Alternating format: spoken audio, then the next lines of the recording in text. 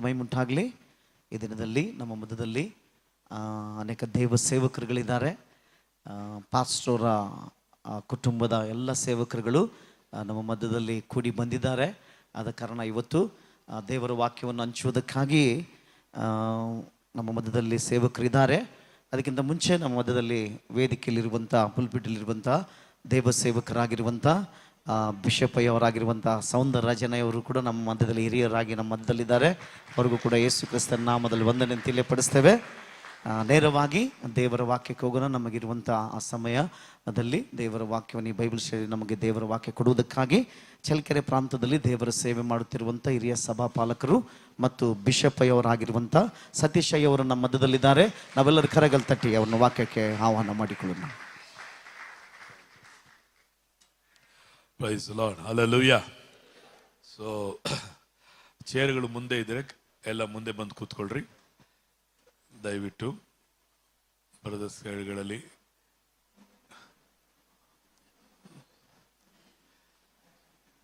ಕ್ರಮವಾಗಿ ಏಸು ಊಟ ಕೊಡುವಾಗಲೂ ಎಲ್ಲರನ್ನ 50 ಜನನ್ನ ಕ್ರಮವಾಗಿ ಕುಂಡ್ರಿಸಿ ಊಟ ಹಾಕ್ದ. ರೊಟ್ಟಿ ಮೀನು ತಿನ್ನಕ್ಕೆ ಕ್ರಮ. ಈಗ ಅದಕ್ಕಿಂತಲೂ ಜೀವವುಳ್ಳ ವಾಕ್ಯವನ್ನು ತಿನ್ನುವಾಗ ಕ್ರಮ ಎಂಬುದು ಬಹಳ ಮುಖ್ಯ. ಮುಂದೆ ಮುಂದೆ ಬನ್ರಿ, ಜೋಡಿಸಿ ಹೇಗಿರೋದಂತೆ. ಎಸ್, ಈಗ ಹೆಂಗಿದೆ ಅಂದ್ರೆ ಹಸಿರು ಹುಲ್ಲುಗಾವಲುಗಳಲ್ಲಿ ಕುರಿಗಳನ್ನ ಬಿಟ್ಟಾಗ ಅಲ್ಲಿ ಹೇಗೆ ಇರುತ್ತದೋ ಹಾಗೆ ಇವಾಗ ನೋಡಕ್ಕೆ ಆ ರೀತಿಯಾಗಿ ಅಂದವಾಗಿ ಚಂದವಾಗಿ ಕಾಣುತ್ತೆ. ನಿಮ್ಮ ಬಟ್ಟೆಗಳು ಚೆನ್ನಾಗಿದೆ. ಅದೇ ತರ ನಾವು ಕೂತ್ಕೊಳ್ಳೋದು ಸಹ ಏನಾಗಿರ್ಬೇಕು, ಕ್ರಮವಾಗಿ ಕೂತ್ಕೊಳ್ಬೇಕು. Praise the Lord, hallelujah. So next time ಆ ರೀತಿ ಹೇಳಿಸ್ಕೊಳಕ್ ಹೋಗ್ಬೇಡ್ರಿ. ಎಲ್ಲೇ ಹೋಗ್ಲಿ, ಯಾವ ಊರಿಗೆ ಹೋಗ್ಲಿ, ಯಾವ ಮೀಟಿಂಗ್ ಹೋಗ್ಲಿ, ಯಾವ ಚರ್ಚ್ಗೆ ಹೋಗ್ಲಿ, ಯಾವ ಸಣ್ಣ ಮನೆ ಪ್ರೇಯರ್ಗೆ ಹೋಗ್ಲಿ, ಸೊ ಕ್ರಮವನ್ನ ನಾವು ಕಲಿಯುವಂತರಾಗಿರೋಣ. Price the lord. ಕ್ರಮ ಹೇಳುವಾಗ ಇದು ಇಷ್ಟ ಆಗಲ್ಲ. ನಮ್ಮ ಚರ್ಚಲ್ಲಿ ಒಂದು ಸಲ ನಾನು ಕೇಳಿದೆ, ಚರ್ಚಲ್ಲಿ ನಿಮಗೆ ಇಷ್ಟ ಇಲ್ಲದೆ ಇರೋರು, ಇಷ್ಟ ಆಗದೆ ಇರೋದು ಯಾವುದು ಅಂತ. ಎಲ್ಲರೂ ಬಹಳ ಮೌನವಾಗಿದ್ದು. ನಾನು ಹೇಳಿದೆ, ನಮ್ಮ ಸಹೋದರ ಒಬ್ಬರು ಇದ್ರು, ನೀಲ್ಕಂಠೆಂಬುದಾಗಿ. ಅವ್ರು ಕಂಡ್ರೆ ನಿಮಗೆ ಆಗಲ್ಲ ತಾನೇ ಅಂತ ಹೇಳಿದಾಗ ಎಲ್ಲರೂ ನಕ್ಬಿಟ್ರು. ಯಾಕೆಂದ್ರೆ ಅವರು ಒಂದು ಕೋಲ್ ಇಟ್ಕೊಂಡು ಮಕ್ಕಳನ್ನ ಹೊರಗಡೆ ಹೋಗೋದನ್ನ ಬಿಡ್ತಿರ್ಲಿಲ್ಲ. ಅವ್ರನ್ನ ಬೈದು ಹೋಗಿ ಕೂತ್ಕೊಂಡು ಅಂತ ಹೇಳಿ ಕುಂಡ್ರಿಸೋರು. ಒಂದು ವೇಳೆ ಹೊರಗಡೆ ಹೋಗ್ಬೇಕು ಅಂದ್ರೆ ಬೇಗ ಹೋಗಿ ಸೀದಾ ಹೋಗಿ ಕೂತ್ಕೋಬೇಕು ಅಂತ ಹೇಳೋರು. ಮತ್ತೆ ಮಧ್ಯದಲ್ಲಿ ಓಡಾಡಕ್ಕೆ ಬಿಡ್ತಿಲ್ಲ. ಮತ್ತೆ ಸೆಂಟ್ರಲ್ಲಿ ಬರ್ದನ್ನು ಕುಂತ್ಕೊಳಕ್ ಹೇಳ್ತಾ ಇದ್ರು. ಅವ್ರನ್ನ ಕಂಡ್ರೆ ಆಗ್ತಿಲ್ಲ. ಕೆಲವು ಸಮಯದಲ್ಲಿ ಕೆಲವು ಸಿಸ್ಟರ್ಸ್ಗಳು ಸಹ ಅವ್ರು ಪ್ರೇಯರ್ ಮಾಡುವಾಗ ಅವ್ರನ್ನ ಎಬ್ಬರಿಸಿ ಹೋಗಿ ಮುಂದೆ ಕೂತ್ಕೊಳ್ರಿ ಅಂತ ಹೇಳಿದ್ರೆ ಅವ್ರ ಮೇಲೆ ಸಿಟ್ಟಾಗೋರು. ಸೊ ಇದು ಅನೇಕರಿಗೆ ಬೇಸರನೇ, ನೋವೇ. ಬಟ್ ಆದರೂ ನಾವು ಆ ಕ್ರಮವನ್ನ ಕಲಿಯುವಂಥದ್ದು ನಮಗೆ ಬಹಳ ಮುಖ್ಯವಾಗಿದೆ. Praise the Lord, hallelujah. So ನಾವು ದೇವರ ವಾಕ್ಯಕ್ಕೆ ಹೋಗುವಂತರಾಗಿ ನಾವು ಕಾಣಲ್ಪಡೋಣ. ನಾವು ಕೀರ್ತನೆ, ನಮಗೆಲ್ಲರಿಗೂ ತಿಳಿದಿರುವಂತ ವಚನ ಯಾವುದು? ಕೀರ್ತನೆಯಲ್ಲಿ ಏನಂತ ಇದೆ? 23ನೇ ಅಧ್ಯಾಯ. ಇದಾನ ನಿಮಗೆ ಯೆಹೋವನು ಕುರುಬನೇ, ಆತ ನಿಮಗೆ ಆತನನ್ನು ಕುರುಬನಾಗಿ ಇಟ್ಕೊಂಡೆ. Is A shepherd. ಆತನು ಕುರುಬನೇ, ಆದರೆ ನಮಗೆ ಆತನು ಕುರುಬನಾಗಿ ನಾವು ಸ್ವೀಕರಿಸಿಕೊಂಡಿದ್ದೇವೆ ಎಂಬುದಾಗಿ ನಾವು ನೋಡಲಿಕ್ಕೆ ಹೋಗೋರಾಗಿದ್ದೇವೆ. ಸೊ ಯೆಹೋವನು ನಮಗೆ ಏನಾಗಿದ್ದಾನೆ? ಯಾರಿಗೆ ಕುರುಬನು? ನನಗೆ. ಸಭೆಗ, ಬೇರೆಯವ್ರಗ, ಪಕ್ಕದವ್ರಗ, ಪಾಸ್ಟರ್ಗ? ಯಾರಿಗೆ ಕುರುಬನು? ಎಲ್ಲರೂ ಹೇಳೋಣ, ಎಲ್ಲರೂ ಹೇಳ್ರಿ, ಜೋರಾಗಿ ಹೇಳ್ರಿ. ತಿಳ್ಕೊಂಡು ಹೇಳ್ರಿ, ಸತ್ಯವನ್ನ ತಿಳ್ಕೊಳ್ರಿ ಅಂತ ಹೇಳ್ತದೆ, ಕೇಳೋರಾಗೆಲ್ಲ. ಸೊ ಅನೇಕ ವೇಳೆಗಳಲ್ಲಿ ನಾವು ಕೀರ್ತನೆ 23 ಓದ್ಕೊಂಡು ಹೋಗ್ತಾ ಇರ್ತೀವಿ, ಬಾಯ್ಪಾಠ ಮಾಡಿರ್ತೀವಿ, ಮಕ್ಕಳಿಗೆ ಹೇಳ್ಕೊಟ್ಟಿರ್ತೀವಿ. ಆದರೆ ನಮ್ಮ ಜೀವಿತದಲ್ಲಿ ರಿಯಲ್ ಆಗಿ ಕುರುಬನಾಗಿ ದೇವರನ್ನ ನಾವು ಅನುಭವಿಸ್ತಾ ಇದ್ದೀವ? ಸೊ ನಾವು ಅನೇಕ ಆಶೀರ್ವಾದಗಳನ್ನ ನಾವು ಕಳ್ಕೊಳ್ತಾ ಇದ್ದೀವಿ. ಯಾಕೆಂದ್ರೆ ಅಂಡರ್ಸ್ಟ್ಯಾಂಡಿಂಗ್ ಇಲ್ಲದೆ ಇರೋದು ನಿಮಿತ್ತವಾಗಿ ನನ್ನ ಜನರು ಜ್ಞಾನಹೀನರಾಗಿ ಏನಾಗ್ತಾ ಇದ್ದಾರೆ? ಆ ಥರ. ಏನ್ ಜ್ಞಾನಹೀನರಾಗಿ? ದೇವರು ನನಗೆ ಕುರುಬನು ಎಂಬಂತ ನಿರೀಕ್ಷೆ ಇಲ್ಲದವರಾಗಿ ಅನೇಕ ವೇಳೆಗಳು ನಾವೇನಾಗಿರ್ತೀವಿ ಅಂದ್ರೆ ನಿರೀಕ್ಷೆ ಇಲ್ಲದವರಾಗಿ ಅನ್ಯರಂತೆ ನಾವು ಅನಾಥರೋ, ನಮಗೆ ಬ್ಯಾಕ್ ಗ್ರೌಂಡ್ ಇಲ್ಲ, ನಮಗೆ ಹಿಂದೆ ಯಾರಿಲ್ಲ ಮುಂದೆ ಯಾರಿಲ್ಲ ಎಂಬ ರೀತಿಯಲ್ಲಿ ನಾವು ನಡೀತಾ ಇರ್ತೀವಿ. ಒಂದು ತಿಳ್ಕೊಳ್ರಿ, ದೇವರು ನಿಮಗೆ ಆತನು ಕುರುಬನಾಗಿದ್ದಾನೆ. ಆತನ ಎಂತ ಕುರುಬನ್ ಅಂತ ಹೇಳಲ್ಪಡ್ತದೆ ಅಂದ್ರೆ, ಯೇಸುವೆ ಹೇಳಿದ್ರು, ನಾನು ಒಳ್ಳೆಯ ಕುರುಬ ಎಂಬುದಾಗಿ. ಸೊ ನಮಗೆ ದೊರಕಿರುವಂತ ದೇವರು ಆತನು ಒಳ್ಳೆಯ ಕುರುಬನಾಗಿದ್ದಾನೆ. ಹಾಗಾದ್ರೆ ಕುರುಬನನ್ನ ಕುರಿತು ನಾವು ನೋಡ್ಬೇಕಾದ್ರೆ ದೇವರ ವಾಕ್ಯದಲ್ಲಿ ನಮ್ಮ ದೇವರ ವಚನವನ್ನ ನಾವು ತೆಗೆದುಕೊಳ್ಳುವಾಗ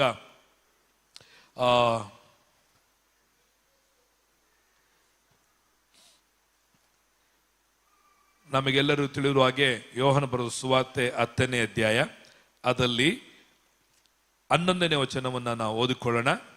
ನಾನೇ ಒಳ್ಳೆ ಕುರುಬನು ತನ್ನ ಕುರಿಗಳಿಗೋಸ್ಕರ ತನ್ನ ಪ್ರಾಣವನ್ನು ಕೊಡುತ್ತಾನೆ.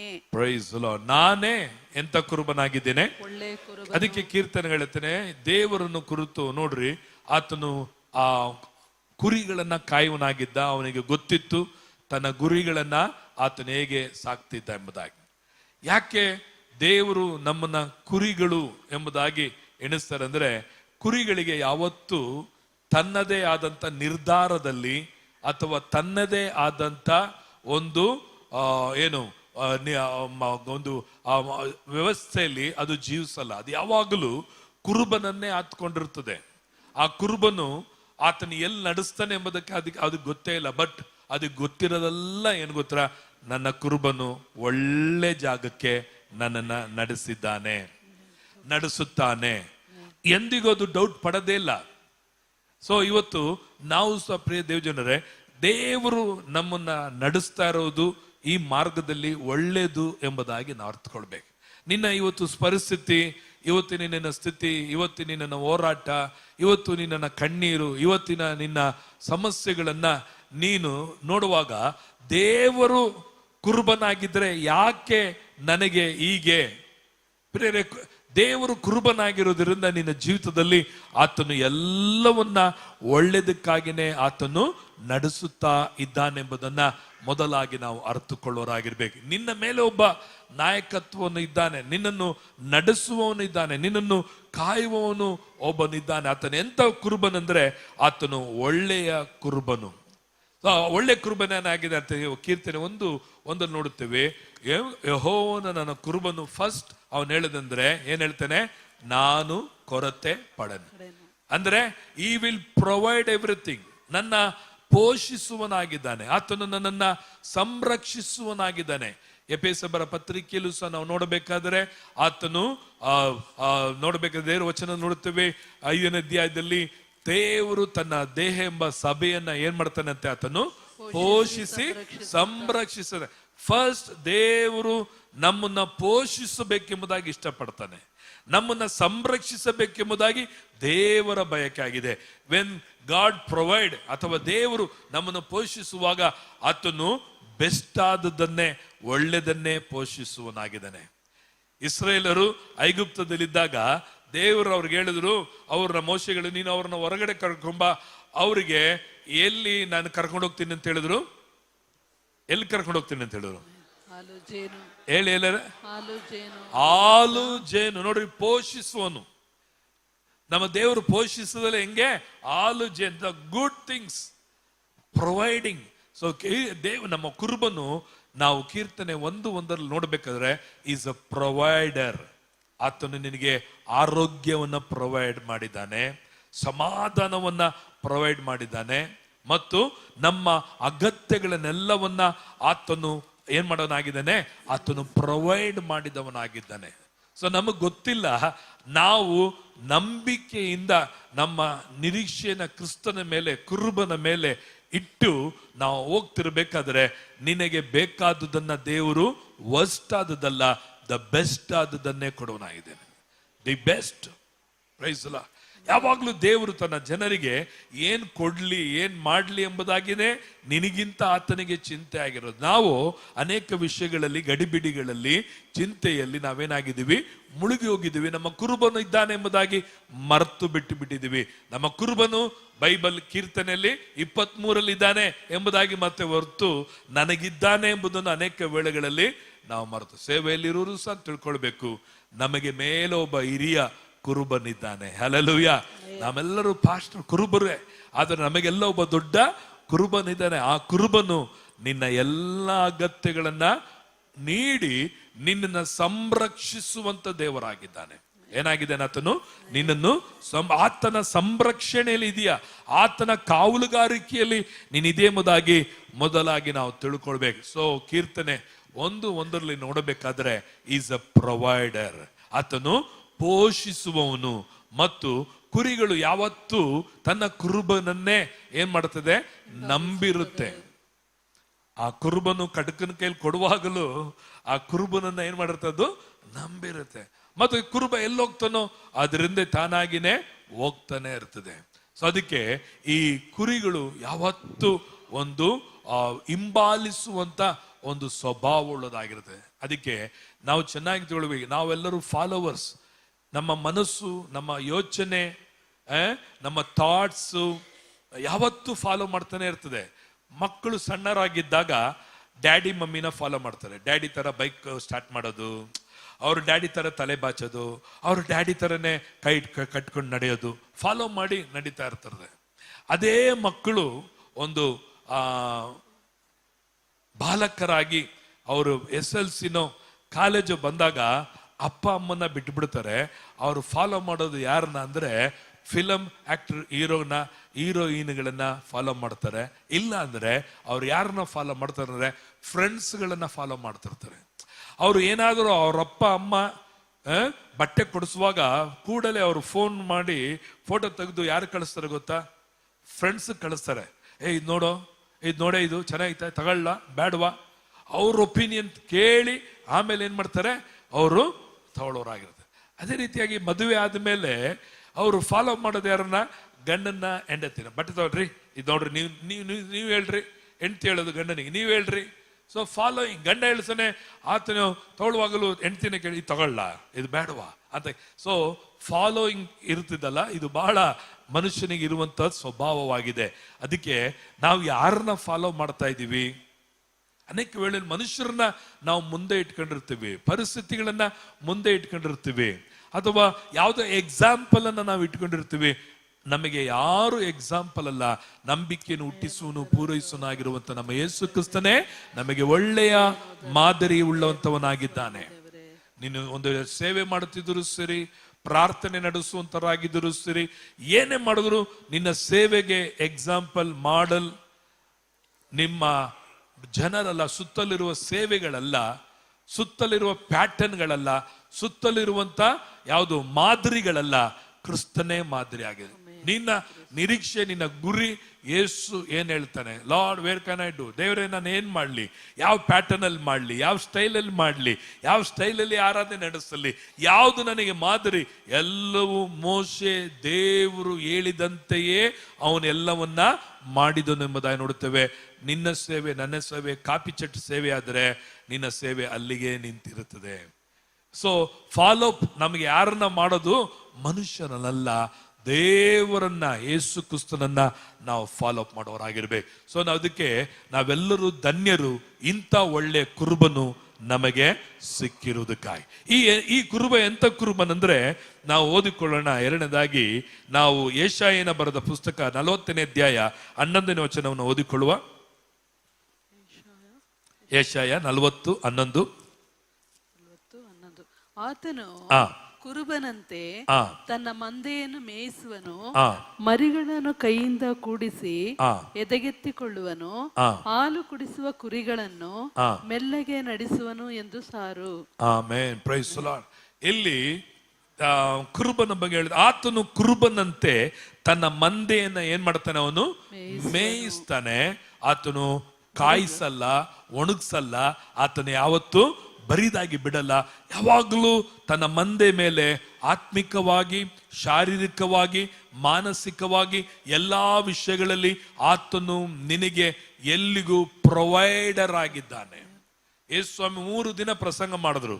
ಪ್ರಸಂಗ ಮಾಡಿದ್ಮೇಲೆ ಅವನ ಕಣ್ಣು ಏನಾಯಿತು, ಈ ಜನರಿಗೆ ಏನಾದರೂ ಕೊಡಬೇಕು.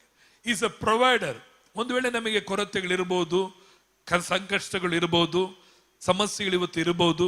ಬಟ್ ಒಂದು ತಿಳ್ಕೊಳ್ಳಿ, ನಿನ್ನ ಕುರುಬನು ಅದರಲ್ಲೇ ನಿನ್ನನ್ನು ನಡೆಸುವನಲ್ಲ.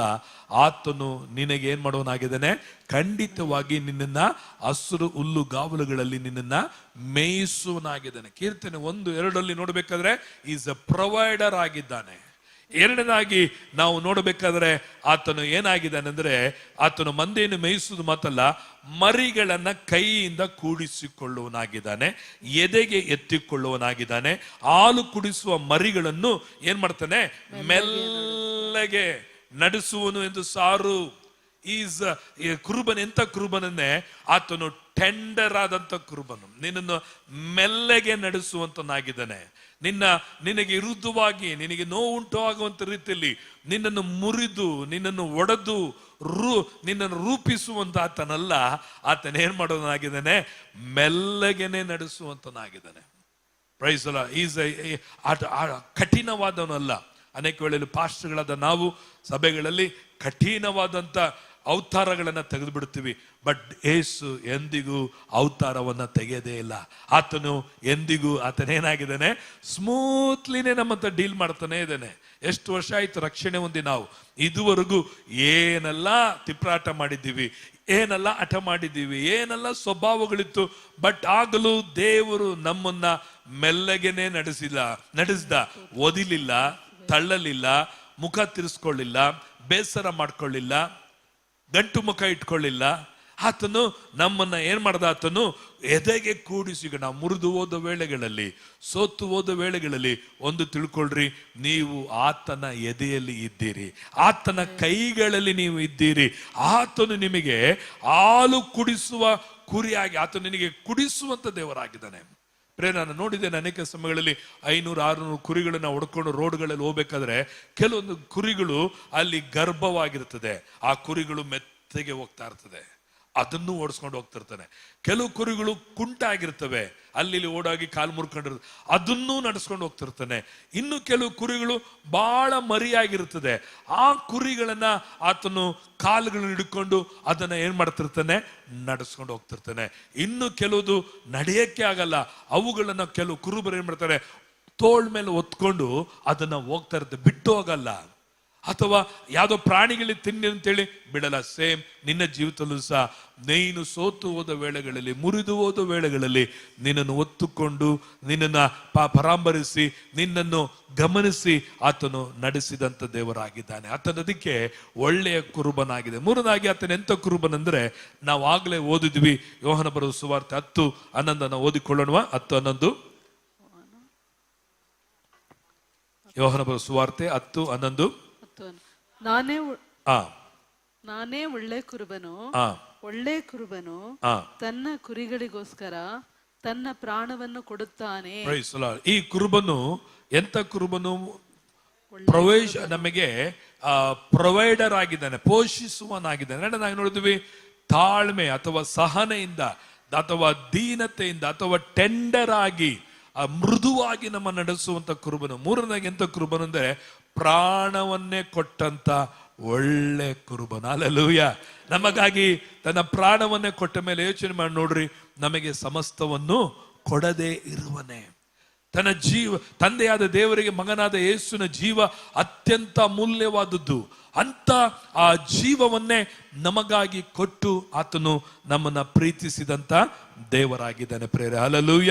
ಸೊ 4ನೇದಾಗಿ ಈತನ ಎಂತ ಕುರುಬನು ಎಂಬುದಾಗಿ ನಾವು ನೋಡುವಾಗ, ಇಬ್ರಿಯರ ಪತ್ರಿಕೆ ಅದರಲ್ಲಿ 13ನೇ ಅಧ್ಯಾಯ ಅದರಲ್ಲಿ 20ನೇ ವಚನವನ್ನ ನಾವು ಓದಿಕೊಳ್ಳೋಣ. ಇಬ್ರಿಯರಿಗೆ 13:20. ಶಾಶ್ವತವಾದ ಒಡಂಬಡಿಕೆಯನ್ನು ನಿಶ್ಚಯಪಡಿಸುವುದಕ್ಕಾಗಿ ತನ್ನ ರಕ್ತವನ್ನು ಸುರಿಸಿಕೊಂಡು ಸಭೆಯೆಂಬ ಹಿಂಡಿಗೆ ಮಹಾಪಾಲಕನಾಗಿರುವ ನಮ್ಮ ಕರ್ತನಾದ ಯೇಸುವನ್ನು ಸತ್ತವರೊಳಗಿಂದ ಬರಮಾಡಿದ ಶಾಂತಿದಾಯಕನಾದ ದೇವರು ನೀವು ತನ್ನ ಚಿತ್ತವನ್ನು ನೆರವೇರಿಸುವ ಹಾಗೆ ಸಕಲ ಸತ್ಕಾರ್ಯಗಳಿಗೆ ಬೇಕಾದ ಅನುಕೂಲತೆಯನ್ನು ನಿಮಗೆ ಅನುಗ್ರಹಿಸಲಿ. Price Lord. ಇಲ್ಲಿ ನಾವು ನೋಡುತ್ತೇವೆ, ಈ ಕುರುಬನು ಎಂತ ಕುರುಬನಂದ್ರೆ ಆತನು ಕುರಿಗಳೊಂದಿಗೆ ಆತನು ನಿಶ್ಚಯ ಮಾಡಿಕೊಂಡಂತ ಒಡಂಬಡಿಕೆಯ ಕುರುಬನಾಗಿದ್ದಾನೆ, ಮಹಾ ಕುರುಬನು. Price lord. ಸೊ ಹಾಗಾದ್ರೆ ನಾವು ಬೇರೆ ಹಣಕ್ಕೆ ಕೊಂಡ್ಕೊಳ್ಳೋರಲ್ಲ, ನಮ್ಮೊಂದಿಗೆ ಈ ಕುರುಬನು ಏನ್ ಮಾಡಿಕೊಂಡಿದ್ದಾನೆ? ಒಡಂಬಡಿಕೆ, ಶಾಶ್ವತವಾದಂತ ಒಡಂಬಡಿಕೆಯನ್ನ ಮಾಡಿಕೊಂಡಂತ ಕುರುಬನಾಗಿದೆ. ಈ ಲೋಕದಲ್ಲಿ ಯಾವ ಕುರುಬರು ಕುರಿಗಳೊಂದಿಗೆ ಒಡಂಬಡಿಕೆಯನ್ನು ಮಾಡಿಕೊಳ್ಳೋದಿಲ್ಲ. ಬಟ್ ನಮ್ಮ ಯೇಸು ಕ್ರಿಸ್ತನು ತನ್ನ ರಕ್ತವನ್ನೇ ನಮಗಾಗಿ ಸಿರಿಸಿ, ಇದು ನನ್ನ ಒಡಂಬಡಿಕೆಯ ರಕ್ತ, ಬಹು ಜನರಿಗಾಗಿ ಸುರಿಸಲ್ಪಟ್ಟಂತ ನನ್ನ ರಕ್ತ ಎಂಬುದಾಗಿ ಹೇಳಿದಂತ ದೇವರು ಇಲ್ಲಿ ನಾವು ನೋಡ್ಬೇಕಾದ್ರೆ ರಕ್ತವನ್ನೇ ಸುರಿಸಿ ನಮ್ಮೊಂದಿಗೆ ಒಡಂಬಡಿಕೆಯನ್ನ ಆತನು ಮಾಡಿಕೊಂಡಂತ ಕುರುಬನಾಗಿ ಕಾಣಪಡ. ಇವತ್ತು ನಾವು ಒಡಂಬಡಿಕೆ ಒಳಗಡೆ ಉಳ್ಳಂತವರಾಗಿದ್ದೇವೆ. ನಾವೇನೋ ಸುಮ್ಮನೆ ಚರ್ಚಿಗೆ ಬರ್ತಾ ಹೋಗ್ತಾ ಉಳ್ಳಂತ ಕುರಿಗಳಲ್ಲ, ದೇವ ಜನರಲ್ಲ, ನಾವು ಒಡಂಬಡಿಕೆಯ ಜನರಾಗಿದ್ದೇವೆ. ಈ ಒಡಂಬಡಿಕೆ ಕಲ್ವಾರಿ ಶಿಲುಬೆಯಲ್ಲಿ ಹಿರಿಯ ಕುರುಬನಾಗಿರುವ ಮಹಾಪಾಲಕನಾಗಿರುವ ಯೇಸು ಕ್ರಿಸ್ತನು ತನ್ನ ಒಡಂಬಡಿಕೆ ಶಾಶ್ವತವಾದಂತ ಎಲ್ಲ ವಿಧವಾದ ಒಡಂಬಡಿಕೆ, ಎಲ್ಲ ವಾಗ್ದಾನಗಳು, ಎಲ್ಲ ಮೇಲುಗಳು ನಮಗೆ ಶಾಶ್ವತವಾಗಿ, ಅಂದ್ರೆ ಟೆಂಪ್ರರಿ ಆಗಿಲ್ಲ, ಎಲ್ಲಾ ವಾಗ್ದಾನಗಳು ಹೌದೆಂಬುದಾಗಿ, ಆಮೇನ್ ಎಂಬುದಾಗಿ ಶಾಶ್ವತವಾದ ರೀತಿಯಲ್ಲಿ ನಮ್ಮೊಂದಿಗೆ ಆತನು ಒಡಂಬಡಿಕೆಯನ್ನ ಮಾಡಿಕೊಂಡಂತ ದೇವರಾಗಿದ್ದಾನೆ. Price lord. ಅದೇ ರೀತಿಯಾಗಿ ನಾವು 5ನೇದಾಗಿ ನೋಡುತ್ತೇವೆ, ಎಂತ ಕುರುಬನಂದ್ರೆ ಈತನು 1 ಪೇತ್ರ ಅದರಲ್ಲಿ 2ನೇ ಅಧ್ಯಾಯ 25ನೇ ವಚನವನ್ನ ನಾವು ಓದಿಕೊಳ್ಳೋಣ. 1 ಪೇತ್ರ 2:25. ನೀವು ಕುರಿಗಳಂತೆ ದಾರಿ ತಪ್ಪಿ ಆಗಿದ್ದಿರಿ, ಆದರೆ ಈಗ ನೀವು ತಿರುಗಿಕೊಂಡು ನಿಮ್ಮ ಆತ್ಮಗಳನ್ನು ಕಾಯುವ ಕುರುಬನು ಅಧ್ಯಕ್ಷನೂ ಆಗಿರುವಾತನ ಬಳಿಗೆ ಬಂದಿದ್ದೀರಿ. Praise Lord. ಇಲ್ಲಿ ನೋಡುತ್ತೇವೆ, ನಿಮ್ಮ ಆತ್ಮಗಳನ್ನ ಕಾಯುವ ಕುರುಬನು ಅಧ್ಯಕ್ಷನು ಆಗಿರುವ ಬಳಿಗೆ ಬಂದಿದ್ದೀರಿ. ಅಂದ್ರೆ ನಾವು ಯೋಗ್ಯರಿಲ್ಲದವರಾಗಿ ಅಗತ್ಯಕ್ಕೆ ಇಲ್ಲದವರಾಗಿದ್ದಂತ ನಮ್ಮನ್ನ ದೇವರು ಬರಮಾಡಿಕೊಂಡ, ಆತನು ಸ್ವಾಗತವನ್ನ ನಮ್ಮನ್ನು ಬರಮಾಡಿಕೊಂಡಂತ ದೇವರಾಗಿದ್ದಾನೆ. ನಿರಾಕರಿಸಲ್ಪಟ್ಟವರಾಗಿದ್ವಿ, ತಳ್ಳಲ್ಪಟ್ಟವರಾಗಿದ್ವಿ, ದಾರಿ ತಪ್ಪಿ ತೊಳಲುತ್ತಿದ್ವಿ, ನಮಗೆ ಯಾವ ನಿರೀಕ್ಷೆ ಇರಲಿಲ್ಲ, ಯಾವ ಗ್ಯಾರಂಟಿ ಇರಲಿಲ್ಲ. ಇವತ್ತು ಈ ಕುರುಬ ಎಲ್ಲರೂ ತಳ್ಳಿಬಿಟ್ಟಾಗಲೂ ನಮ್ಮನ್ನ ಈ ಕುರುಬನೇ ಮಾಡಿದ್ದಾನೆ, ಬರಮಾಡಿಕೊಂಡವನಾಗಿದ್ದಾನೆ, ನಮ್ಮನ್ನ ಸ್ವೀಕರಿಸಿಕೊಂಡವನಾಗಿದ್ದಾನೆ. ನೀನು ಹೇಗಿದ್ದೀಯೋ ಹಾಗೆಯೇ ದೇವರು ನಮ್ಮನ್ನ ಸ್ವೀಕರಿಸಿಕೊಂಡಂತ ದೇವರಾಗಿ ಕಾಣಲ್ಪಡೋನಾಗಿದ್ದಾನೆ. ಅದಕ್ಕೆ ಈತನು ಒಳ್ಳೆಯ ಕುರುಬನು. ಅದಕ್ಕೆ ಕೀರ್ತನೆ ಹೇಳ್ತಾನೆ, ಯೆಹೋವನು ನನ್ನ ಕುರುಬನು, ನಾನು ಹೇಗಿದ್ದನೋ ಹಾಗೆಯೇ ನನ್ನನ್ನು ಸ್ವೀಕರಿಸಿದ. ಯೆಹೋವನು ನನ್ನ ಕುರುಬನು, ಆತನೇ ನನ್ನ ಅಗತ್ಯಗಳನ್ನ ಪೋಷಿಸುವನಾಗಿದ್ದಾನೆ. ಯೆಹೋವನು ನನ್ನ ಕುರುಬನು, ನಾನು ತಪ್ಪುಗಳು ಮಾಡದಾಗಲು, ನನ್ನ ಒಬ್ಬ ಹಠಮಾರಿಗಳಾದಾಗಲು, ನನ್ನಲ್ಲಿ ಅವಿದ್ಯತೆಗಳಿದ್ದಾಗಲೂ ನನ್ನನ್ನು ಮೃದುವಾಗಿ ನಡೆಸುವಂತವನಾಗಿದ್ದಾನೆ. ಯೆಹೋವನ ಕುರುಬನು ನನಗಾಗಿ ತನ್ನ ಪ್ರಾಣವನ್ನ ಕೊಟ್ಟಿದ್ದಾನೆ. ಯೆಹೋವನ ಕುರುಬನು, ಆತನು ನನ್ನನ್ನ ಶಾಶ್ವತವಾದ ಒಡಂಬಡಿಕೆಯೊಂದಿಗೆ ನನ್ನೊಂದಿಗೆ ಒಡಂಬಡಿಕೆಯನ್ನ ಮಾಡಿಕೊಂಡಿದ್ದಾನೆ. ಕೀರ್ತನೆಗಳು ಹೇಳ್ಬೇಕು, ಯೆಹೋವನ ಕುರುಬನು, ಆತನು ನನ್ನನ್ನ ಏನ್ ಮಾಡಿದ್ದಾನೆ? ಸ್ವಾಗತ ಮಾಡಿಕೊಂಡ, ನನ್ನನ್ನು ಬರಮಾಡಿಕೊಂಡ, ನನ್ನನ್ನು ತಳ್ಳಿ ಬಿಡಲಿಲ್ಲ, ನಮ್ಮನ್ನ ಆತನು ದೂರ ತಳ್ಳಿ ಬಿಡಲಿಲ್ಲ, ನಿರಾಕರಿಸಲಿಲ್ಲ. ಈತನು ಬರಮಾಡಿಕೊಂಡಂತ ಕುರುಬನು. ನಾವೇಗಿದ್ದೀವೋ ಅಂತ ಸ್ಥಿತಿಯಲ್ಲಿ ನಮ್ಮನ್ನ ಯಾರು ಪ್ರೀತಿ ಮಾಡದಿದ್ದಾಗ, ಯಾರು ಸ್ವೀಕರಿಸಿಕೊಳ್ಳದಿದ್ದಾಗ ದೇವರು ಈ ಕುರುಬನ್ನು ನಮ್ಮನ್ನ ಏನ್ ಮಾಡ್ದ? ಆತನು ಬರಮಾಡಿಕೊಂಡವನಾಗಿ ಕಾಣಲ್ಪಡ್ತಾನೆ. 5ನೇದಾಗಿ 6ನೇದಾಗಿ ನಾವು ನೋಡುತ್ತೇವೆ, 1 ಪೇತ್ರ ಅದರಲ್ಲಿ 5:4 ನಾವು ಓದಿಕೊಳ್ಳೋಣ. 1 ಪೇತ್ರ 5:4.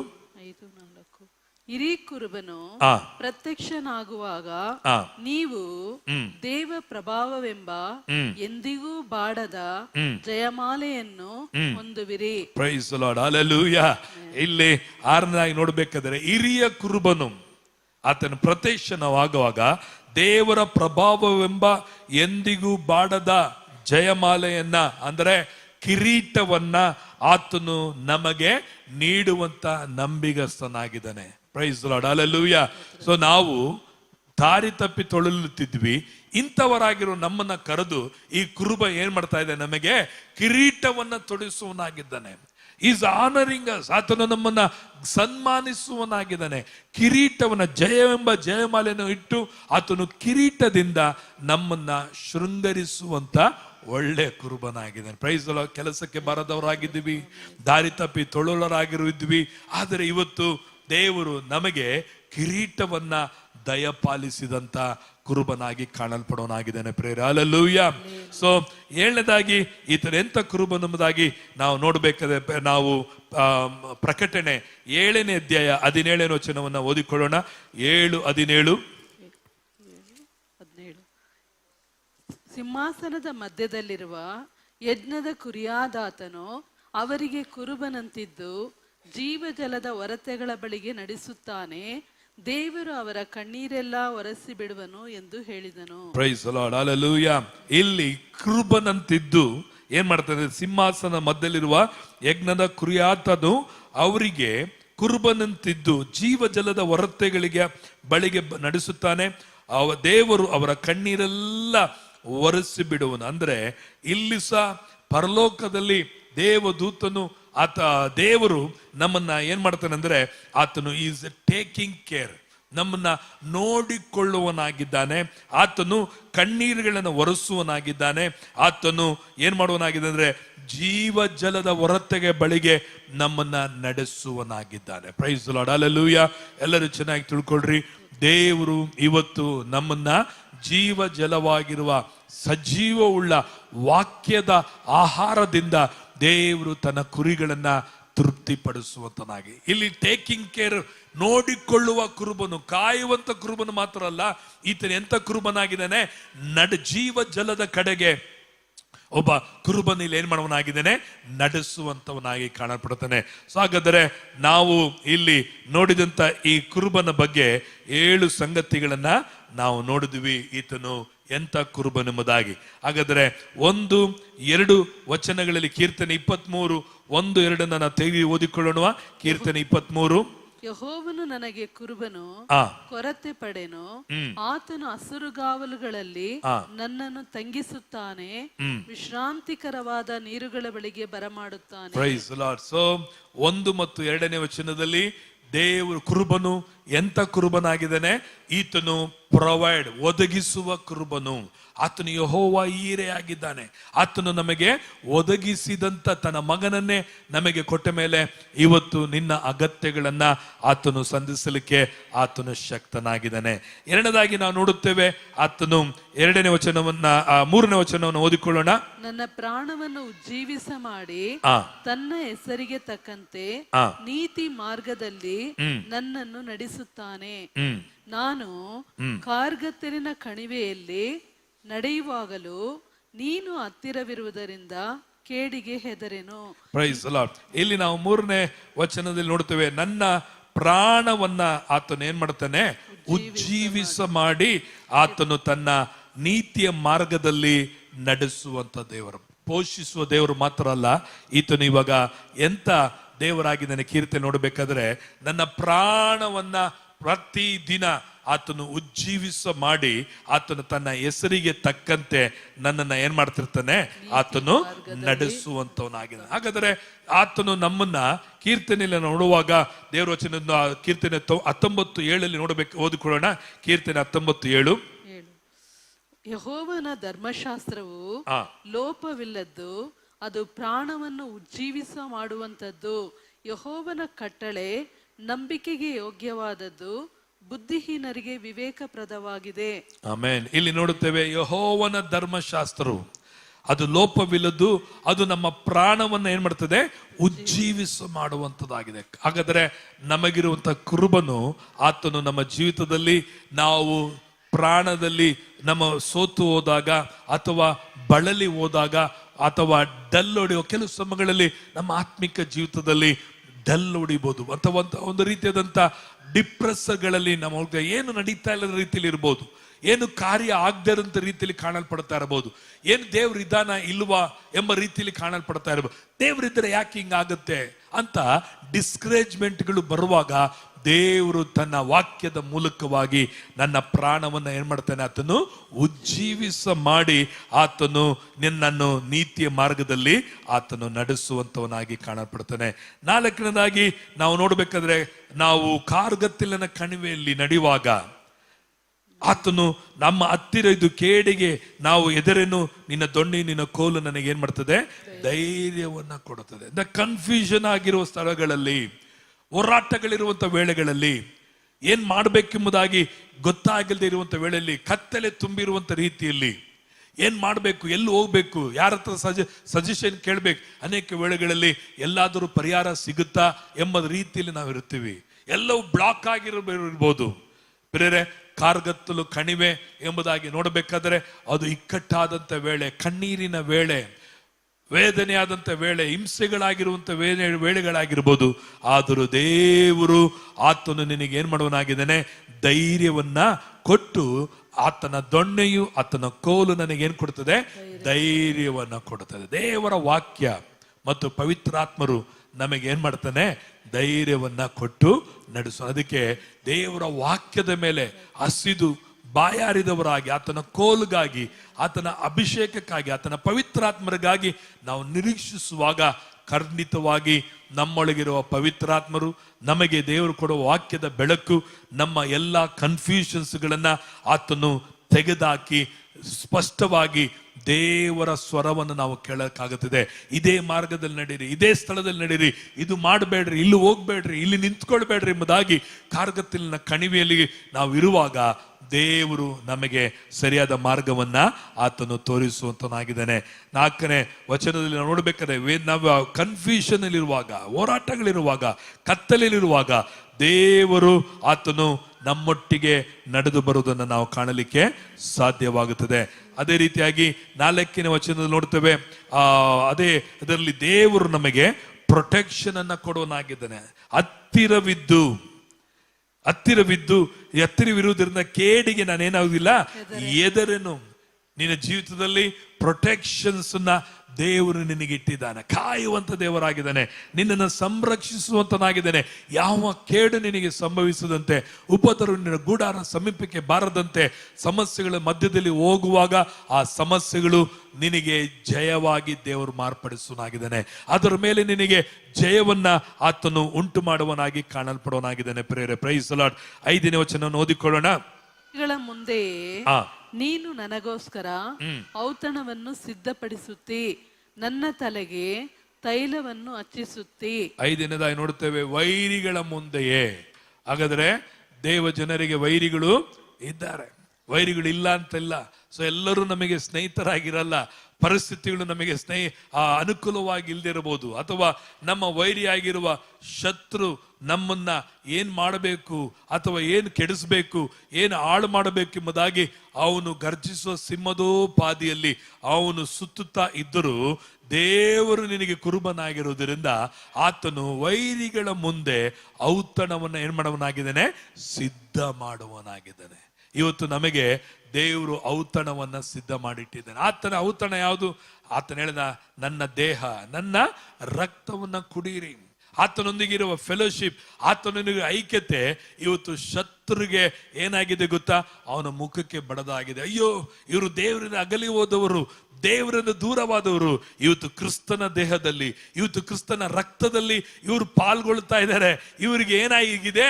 ನನ್ನ ಮುಂದೆ ಔತಣ, ಬೆಸ್ಟ್ ಆದ ಔತಣ, ಒಳ್ಳೆಯ ಔತಣವನ್ನು ಸಿಕ್ಕಿದೆ ಎಂಬುದಾಗಿ ಇವತ್ತು ವೈರಿಯ ಮುಂದೆ ದೇವರು ನಿನ್ನನ್ನು ಅವಮಾನ ಪಡಿಸದಂತೆ ನಮ್ಮ ಶತ್ರುವಾಗಿರುವ ಸೈತಾನನ ಮುಂದೆ ಆತನು ಪಬ್ಲಿಕ್ಲಿ, ಓಪನ್ಲಿ ಆತನು ನಮ್ಮನ್ನ ಇವತ್ತು ಘನಪಡಿಸಿದ್ದಾನೆ. ನಾವು ತಿಳ್ಕೊಂಡಿದ್ದೀವಿ, ನನಗೆ ಇನ್ನೂ ಘನ ಸಿಗಿಲ್ಲ, ನನಗೆ ತಲೆ ಯಾವಾಗ ಎತ್ತಲ್ಪಡುತ್ತದೆ ಎಂಬುದಾಗಿ. ದೇವರು ನಿನಗೆ ವೈರಿಗಳ ಮುಂದೆ ಔತಣವನ್ನ ಏನ್ ಮಾಡಿ ಸಿದ್ಧಪಡಿಸಿಟ್ಟಿದ್ದಾನೆ. ಹಲ್ಲೆಲೂಯಾ. ಸೊ ನಿನಗೆ ದೇವರು ನಿನ್ನ ತಲೆ ಮೇಲೆ ಆತನು ತೈಲವನ್ನ ಹಚ್ಚಿದವನಾಗಿದ್ದಾನೆ. ನಿನ್ನ ಪಾತ್ರೆಯು ತುಂಬಿ ಹೊರಸೂಸುವಂತೆ ಆತನು ಮಾಡಿದ್ದಾನೆ. ಪ್ರೇರೆ, ಇವತ್ತು ನಿನ್ನ ಮೇಲಿರುವಂತ ತೈಲದ ಅಭಿಷೇಕವನ್ನ ಸೈತಾನಿಗೆ ಗೊತ್ತಿದೆ. ಒಂದು ವೇಳೆ ನಿಮಗೆ ಗೊತ್ತಿದೆಯೋ ಇಲ್ಲೋ, ಆದ್ರೆ ನಿನ್ನ ಮೇಲಿರುವ ಅಭಿಷೇಕ ಸೈತಾನನು ಗೊತ್ತು.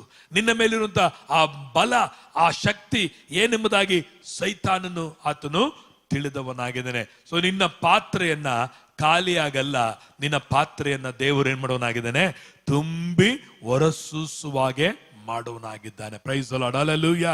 ಕೆಲವು ಸಮಯಗಳಲ್ಲಿ ಜೋಬ್ ಖಾಲಿ ಆಗಿರ್ಬೋದು, ಕೆಲವು ಸಮಯದಲ್ಲಿ ಬ್ಯಾಂಕಲ್ಲಿ ಖಾಲಿ ಆಗಿರ್ಬೋದು, ಮನೆಯಲ್ಲಿ ಒಂದು ವೇಳೆ ರೇಷನ್ ಖಾಲಿ ಆಗಿರ್ಬೋದು, ಒಂದು ವೇಳೆ ಎಲ್ಲ ಖಾಲಿತನೇ ಇರ್ಬೋದು. ಖಾಲಿ ಏನಕ್ಕಾಗಿ ಅಂದ್ರೆ ಅದನ್ನ ತುಂಬಿ ಹೊರಸೂಸುವುದಕ್ಕಾಗಿ. Praise the Lord, hallelujah. ತುಂಬಿರೋದಲ್ಲೇ ಹಳೆದಲ್ಲೇ ನೀನು ಓಡಬೇಡ, ನಾನೇನ್ ಮಾಡ್ತೀನಿ, ಹೊಸದನ್ನ ಮಾಡುವೆನು. ದೇವರು ಹೊಸ ಕಾರ್ಯಗಳನ್ನ ನಮ್ಮ ಜೀವಿತದಲ್ಲಿ ಮಾಡುವನಾಗಿರ್ತಾನೆ. ಅದಕ್ಕೆ ನಮ್ಮ ಪಾತ್ರೆಗಳು ಎಲ್ಲಾ ವಿಷಯಗಳಲ್ಲಿ ತುಂಬಿ ಹೊರಸೂಸುವಂತದ್ದಾಗಿದೆ. ತುಂಬಿ ಹೊರಸೂಸ್ಬೇಕಾದ್ರೆ ಮೊದಲಾಗಿ ನಮ್ಮ ಪಾತ್ರೆಗಳನ್ನೆಲ್ಲವನ್ನ ಖಾಲಿ ಮಾಡ್ಬೇಕು. ಸೊ ವಿಧವೆ ಸ್ತ್ರೀ ಹೇಳಿದ್ರು, ನಿಮ್ಮ ಮನೆಯಲ್ಲಿ ಖಾಲಿ ಪಾತ್ರೆಗಳನ್ನ ತಂದು ಅದರಲ್ಲಿ ಎಣ್ಣೆಗಳನ್ನ ಹಾಕುವುದಾಗಿ. ಪ್ರಿಯರೇ, ನಮ್ಮ ಜೀವಿತದಲ್ಲಿ ನಮಗಿರುವುದನ್ನ ಖಾಲಿ, ನಮ್ಮ ಮನಸ್ಸು ಖಾಲಿ, ಯೋಚನೆಯನ್ನ ಖಾಲಿ ಮಾಡಿಕೊಳ್ಬೇಕು. ಹೃದಯದಲ್ಲಿರುವುದೆಲ್ಲ ಖಾಲಿ ಮಾಡಿಕೊಂಡ್ರೆ ದೇವರು ಹೊಸದಿಂದ ತುಂಬಿಸುವನಾಗಿದೆ. ಹೊಸ ಕಾರ್ಯಗಳನ್ನ ನಮ್ಮ ಸೇವೆಯಲ್ಲಿ, ಕುಟುಂಬದಲ್ಲಿ, ಪ್ರೀತಿಯಲ್ಲಿ ಹೊಸ ಪ್ರೀತಿ ಅಥವಾ ಸಮಾಧಾನ, ಹೊಸದಾದಂಥ ಸಮಾಧಾನ, ಕುಟುಂಬ ಜೀವನದಲ್ಲೂ ಸಹ ಇದುವರೆಗೂ ಇಲ್ಲದಿರುವಂತ ಐಕ್ಯತೆ, ಆ ಪ್ರೀತಿ, ಅನ್ಯೋನ್ಯತೆ ಹೊಸದಾಗಿ ನಿಮ್ಮ ಪಾತ್ರೆಗಳನ್ನ ತುಂಬಿಸುವನಾಗಿರುತ್ತಾನೆ. ಕುಟುಂಬ ಜೀವನದಲ್ಲಿ ಹಳೆಯ ಪ್ರೀತಿನೇ, ಹಳೆಯ ಸಂಬಂಧನೇ, ಹಳೆಯ ಐಕ್ಯತೆನೇ ಆಗಲ್ಲ. ದೇವರು ಹೊಸದಾದ ರೀತಿಯಾದ, ಹೊಸದಾದಂಥ ಲವ್, ಹೊಸದಾದಂಥ ಫೆಲೋಶಿಪ್, ಹೊಸದಾದಂಥ ಐಕ್ಯತೆ, ಹೊಸದಾದಂಥ ಸಮಾಧಾನ ನಿಮ್ಮ ಪಾತ್ರೆಗಳು ತುಂಬಿ ಹೊರಸೂಸುವಂತೆ ಕರ್ತನು ಮಾಡುವಂತನಾಗಿದ್ದಾನೆ. Praise the Lord, hallelujah. So ಅದಕ್ಕೆ ಈತನು ಒಳ್ಳೆಯ ಕುರುಬನಾಗಿ ಕಾಣಲ್ಪಡುವನಾಗಿದ್ದಾನೆ. ನಾವು 6ನೇ ವಚನಕ್ಕೆ ನಾವು ಬರೋಣ. 6ನೇ ವಚನ, ನಿಶ್ಚಯವಾಗಿ ನನ್ನ ಜೀವಮಾನದಲ್ಲೆಲ್ಲ ಶುಭವೂ ಕೃಪೆಯೂ ನನ್ನನ್ನು ಹಿಂಬಾಲಿಸುವವು.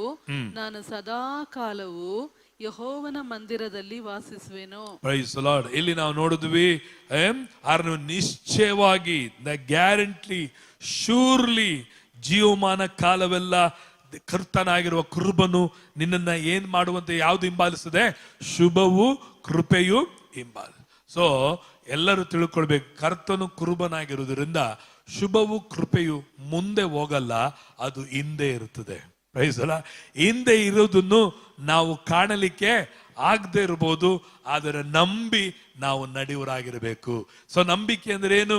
ಕಣ್ಣಿಗೆ ನೋಡುವುದನ್ನು ನಂಬೋದಲ್ಲ, ನಾವು ನೋಡದೆ ನಂಬುವರಾಗಿದ್ದ ನಾವು ವಿಶ್ವಾಸಿಗಳಾಗಿದ್ದೇವೆ. ನಿಶ್ಚಯವಾಗಿ ನಿನ್ನ ಹಿಂದೆ ಏನಿದೆ? ಶುಭ ಇದೆ. ನಿನ್ನ ಹಿಂದೆ ಕೃಪೆ ಇದೆ. ನಿನ್ನ ಮುಂದೆ ಹಿಂದೆ ಏನಿದೆ? ಉದ್ಧಾರ ಇದೆ. ಪ್ರೇರೆ, ಇವತ್ತು ನಾವು ಅದರ ಹಿಂದೆ ಹೋಗೋರಾಗೆಲ್ಲ ನಾವು ಯೇಸುವಿನಿಂದೆ, ಕುರುಬನಿಂದೆ ಹೋಗುವಾಗ ನಮ್ಮ ಹಿಂದೆ ಎಲ್ಲವೂ ತಾನಾಗಿ ಆರೋಗ್ಯ ಬರುತ್ತದೆ, ಸ್ವಸ್ಥತೆ ಇರುತ್ತದೆ, ಆಶೀರ್ವಾದ ಇರುತ್ತದೆ, ಎಲ್ಲ ಕಾರ್ಯಗಳು ಉಂಟಾಗ್ತದೆ, ಸೇವೆ ಇರುತ್ತದೆ, ಎಲ್ಲವೂ ಹಿಂದೆ ಬರುವಂಥದ್ದಾಗಿದೆ. ಸೊ ಇವತ್ತು ಯಾವುದನ್ನು ನಾವು ಮುಂದೆ ಇಡಕ್ ಹೋಗ್ಬಾರ್ದು. ಕೆಲಸವನ್ನ ಮುಂದೆ ಇಡಕ್ ಹೋಗ್ಬಾರ್ದು, ಬಿಸ್ನೆಸ್ ಅನ್ನ ಮುಂದೆ ಇಡಕ್ ಹೋಗ್ಬಾರ್ದು, ಸೇವೆಯನ್ನ ಮುಂದೆ ಇಡಕ್ ಹೋಗ್ಬಾರ್ದು.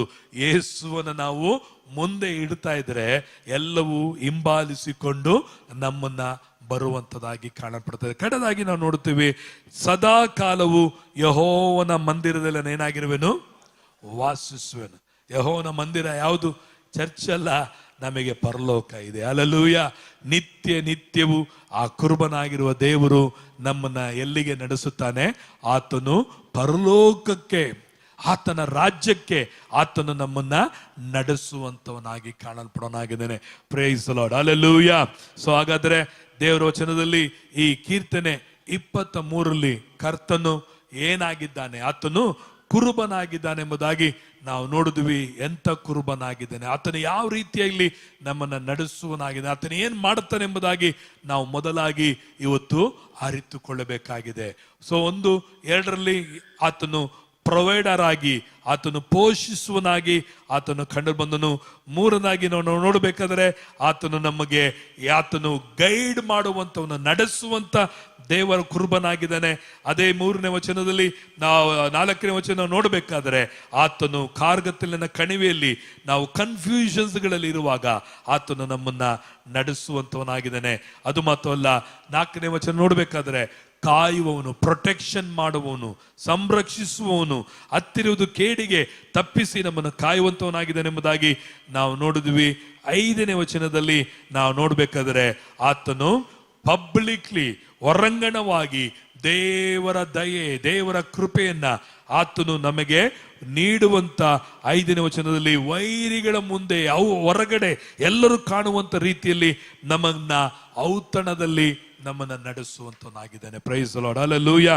ಅದೇ ರೀತಿಯಾಗಿ 6ನೇ ವಚನದಲ್ಲಿ ನಾವು ನೋಡಬೇಕಾದ್ರೆ ಆತನು ನಿಶ್ಚಯವಾಗಿ ಜೀವಮಾನ ಕಾಲವೆಲ್ಲ ನಮಗೇನುಂಟಾಗ್ತದೆ, ಶುಭವು ಕೃಪೆಯು ಹಿಂಬಾಲಿಸ್ತಾನೆ ಬರೋದು. ನೀನು ಮುಂದೆ ಮುಂದೆ ಹೋಗ್ತಾ ನಿಂತ್ಕೊಂಡ್ರೆ ಅದು ಅಲ್ಲಿ ನಿಂತಿರೋದು, ಹೋಗ್ತಾ ಇದ್ರೆ ಇಟ್ ವಿಲ್ ಫಾಲೋ ಯು. ಇನ್ನನ್ನ ನೀನು ಅದನ್ನು ಹಿಂಬಾಲಿಸಬೇಕಾಗಿಲ್ಲ, ಶುಭವು ಕೃಪೆಯು ನಿನ್ನನ್ನ ಹಿಂಬಾಲಿಸುತ್ತ. ಕರ್ತನು ಕಡೆಯದಾಗಿ ಈ ಒಳ್ಳೆ ಕೃಪನು ಮಾಡುವಂತ ಸಂಗತಿ ಏನೆಂದರೆ ನಿತ್ಯ ಜೀವದಲ್ಲಿ ನಮ್ಮನ್ನ ಸೇರಿಸುವನಾಗಿದ್ದಾನೆ. Hallelujah, praise the Lord. ನಿತ್ಯ ಜೀವಕ್ಕೆ ನಾನೇನು ಮಾಡಬೇಕೆಂಬುದಾಗಿ ನಾವು ಪ್ರಯಾಸ ಪಡೋದಲ್ಲ, ನಿತ್ಯ ಜೀವಕ್ಕೆ ಯೇಸುನ ಹಿಂಬಾಲಿಸುವಾಗ ನಿತ್ಯ ಜೀವವು ನಮಗೇನಾಗಿದೆ, ನಿಶ್ಚಯವಾಗಿ ನಮಗೆ ದೊರಕಿದಂತಾಗಿ ಕಾಣಲ್ಪಡುವಂತದಾಗಿದೆ.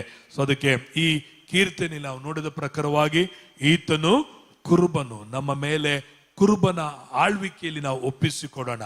ಆತನು ಕುರುಬನಾಗಿದ್ದಾನೆ ಅಂತೇಳಿ ಅರಿಯತಕ್ಕಂಥ ಅರಿವು ನಮಗೆ ಉಂಟಾಗಲಿ.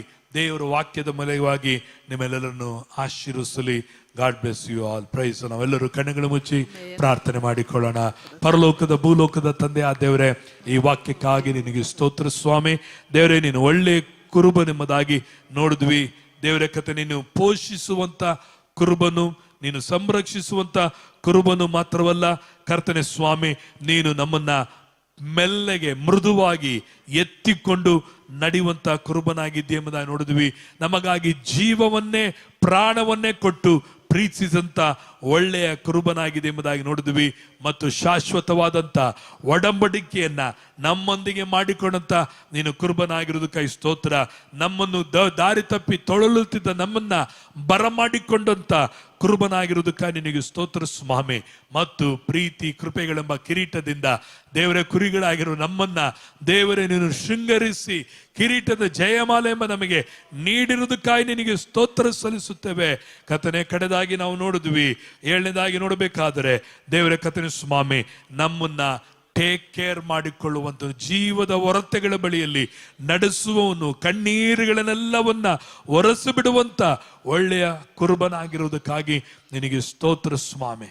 ಕಥನೆ ಸಭೆಯನ್ನ, ದೇವಜನರನ್ನ, ಸೇವೆಯನ್ನ ಒಪ್ಪಿಸಿಕೊಡುತ್ತಾ ಮಹಾಯಾಜಕನು, ಮಹಾಕುರುಬನಾಗಿರುವ ಕರಗಳಲ್ಲಿ ಸೇವೆಯನ್ನ ಕರ್ತನೇ ನೀನು ವಹಿಸಿಕೊಂಡು ನಡೆಸುತ್ತಾ ನಮ್ಮ ಎಲ್ಲ ಆತ್ಮಗಳನ್ನು ಕಾಯುವಂತ ಒಳ್ಳೆಯ ಕುರುಬನಾಗಿರುವ ದೇವರ ಕರಗಳಲ್ಲಿ ನಮ್ಮೆಲ್ಲರನ್ನ ಸಮರ್ಪಿಸಿಕೊಡುತ್ತಾ ಪ್ರಾರ್ಥನೆ.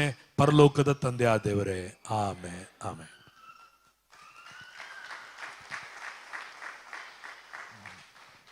ನಮ್ಮ ಮಧ್ಯದಲ್ಲಿ ದೇವರ ವಾಕ್ಯವನ್ನು ಇಲ್ಲಿವರೆಗೂ ನಮ್ಮ ಮಧ್ಯದಲ್ಲಿ ಹಂಚಿರುವಂಥ ದೇವ ಸೇವಕರು, ನಮ್ಮ ಕುರುಬನು ಎಂಥವರಾಗಿದ್ದಾರೆ ಎಂಬುದಾಗಿ, ಆತನು ಒಳ್ಳೆಯ ಕುರುಬನು, ನಮಗೆ ಪ್ರೊವೈಡ್ ಅಂದರೆ ನಮಗೆ ಒದಗಿಸುವ ಕುರುಬನು, ಪೋಷಿಸುವ ಆತನು, ಸಂರಕ್ಷಣೆ ಮಾಡುವ ಆತನಂತ ಇಲ್ಲಿ ನಮ್ಮೊಂದಿಗೆ ಮಾತಾಡಿರುವಂಥ ಬಿಷಪ್ ಅವರಿಗೂ ಹಾಗೆ ನಾವೆಲ್ಲರೂ ಕರಗಲ್ ತಟ್ಟಿ ದೇವ್ರನ್ನ ಮಹಿಮೆ ಪಡಿಸೋಣವಾ.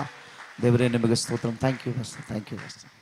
ನಾವೆಲ್ಲರೂ ಕೊನೆಯ ಆಶೀರ್ವಾದದೊಂದಿಗೆ ಇಲ್ಲಿ ಮುಗಿಸ್ಕೊಳ್ಳೋಣ.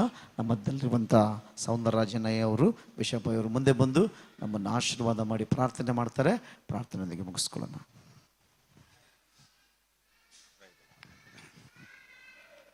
ಪ್ರಾರ್ಥನೆ ಮಾಡೋಣ. ತಂದೆಯ ದೇವರೇ, ಯೇಸುವೆ ನಿಮಗೆ ಸ್ತೋತ್ರ. ಪರಿಶುದ್ಧ ದೇವಾದಿ ದೇವನೇ, ರಕ್ಷಕನೇ, ದಾವೀದನ ಕುಮಾರನೇ, ನಸರನಾಗಿ ಯೇಸುವೆ ನಿಮಗೆ ಸ್ತೋತ್ರ. ನಿಮ್ಮನ್ನು ವಂದನೆ ಸಲ್ಲಿಸ್ತಾ ಇದ್ವಿ.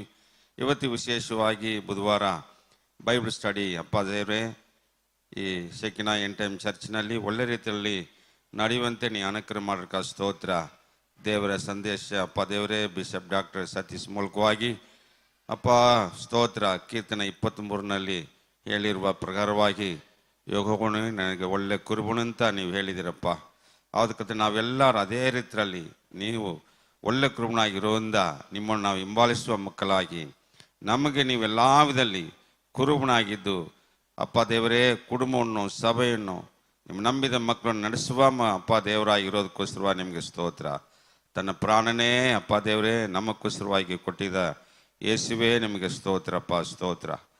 ಅಪ್ಪ ಸ್ತೋತ್ರ ದೇವರು ಎಲ್ಲ ವಿಧದಲ್ಲಿ ಇವತ್ತು ಒಳ್ಳೆಯ ಸತ್ಯವನ್ನು ನಾವು ಅಪ್ಪ ಈ ಬೈಬಲ್ ಸ್ಟಡಿ ಮೂಲಕವಾಗಿ ನಾವು ಅರಿತವರಾಗಿರ್ತೀವಿ ದೇವರ ಸ್ತೋತ್ರ. ಎಲ್ಲ ವಿಧದಲ್ಲಿ ನೀವು ನಮ್ಮನ್ನು ಕಾಯುವ ದೇವರು, ನಮಗೆ ಕೊಡುವ ದೇವರು, ನಮ್ಮನ್ನು ಬಳಿ ನಡೆಸುವ ದೇವರು, ಸಂಭ್ರಿಸದಾಗಿ ನಡೆಸುವ ದೇವರಾಗಿರೋದಕ್ಕೋಸ್ಕರ ನಿಮಗೆ ಸ್ತೋತ್ರ. ಆದ ಕರ್ತನೆ ಸ್ತೋತ್ರ. ದೇವರ ಸಂದೇಶ ಕೊಟ್ಟ ಸೇವಕರನ್ನು ಕುಟುಂಬವನ್ನು ಇಲ್ಲಿ ಆದ ಕರ್ತನೆ ಹಿರಿಯ ಆರ್ಚ್ ಬಿಷಪ್ ಅಪ್ಪ ದೇವರೇ ಸುರೇಶನು ಕುಟುಂಬವನ್ನು ಮತ್ತು ಎಲ್ಲ ಸಹ ಸೇವಕರನ್ನು ಬಂದಿರ್ತಕ್ಕ ಎಲ್ಲ ಸೇವಕರನ್ನು ಕುಟುಂಬವನ್ನು ಎಲ್ಲ ನೀರು ಆಶೀರ್ವಾದ ಮಾಡು. ಪೂರ್ಣವಾಗಿ ನಮ್ಮ ಕಲ್ಲ ಅರ್ಪಣೆ ಮಾಡ್ತಾ ಇದ್ವಿ ಯೇಸು ಸ್ವಾಮಿ ಹೆಸರಿನಲ್ಲಿ ತಂದೆಯೇ ಆಮೇಲೆ. ನನ್ನ ಮನೆ ಹೋನು ಕೊಂಡಾಡು, ನನ್ನ ಸರ್ವನಾಥನ ಪರ್ತನ ಕೀರ್ತಿಸಿರಿ. ನನ್ನ ಮನೆ ಹೋನು ಕೊಂಡಾಡು, ಆತ ಮಾಡಿದ ಉಪಕಾರಗಳು ಒಂದೊಂದು ಮರಿಬೇಡಿ. ಆಮೇಲೆ ಕರ್ತನಾದ ಯೇಸು ಕೃಷ್ಣ ಕೃಪೆಯು ದೇವರ ಪ್ರೀತಿಯು ಪವಿತ್ರಾತ್ಮನ ನಾಯಕವು ಇವತ್ತೆಂದು ಸದಾ ಕಲವು ಸೇವಕರೊಂದಿಗೆ ಕೂಡಿ ಬಂದ ಮಕ್ಕಳೊಂದಿಗೆ ವಿಶೇಷವಾಗಿ ದೇವರ ಆಲಯ ಕಟ್ಟದ ಕಾರ್ಯ ವಿಷಯದಲ್ಲೇನು ದೇವರ ಕಿರುಬೆಯೊಂದಿಗೆ